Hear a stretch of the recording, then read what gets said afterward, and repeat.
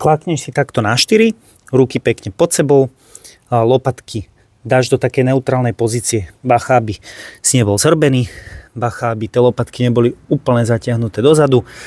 Nohy si dáš na širšie. Ide o to, že keby ich máš takto na úzko a dvíhaš jednu nohu, tak máš tendenciu sa navážiť na túto nohu a nakloniť sa do strany. My ale chceme pri tomto zapojiť aj ten stred tela, plus samozrejme zadok. Takže nohy na širšie. A takto, ako máš zohnutú tú nohu, tak ju dvíhaš smerom hore. Hej. Nohu nevystieram, ani viac nekrčím, dvíhaš ju hore. Hore to pekne tlačím cez ten zadok a hore musí byť zadok úplne napnutý.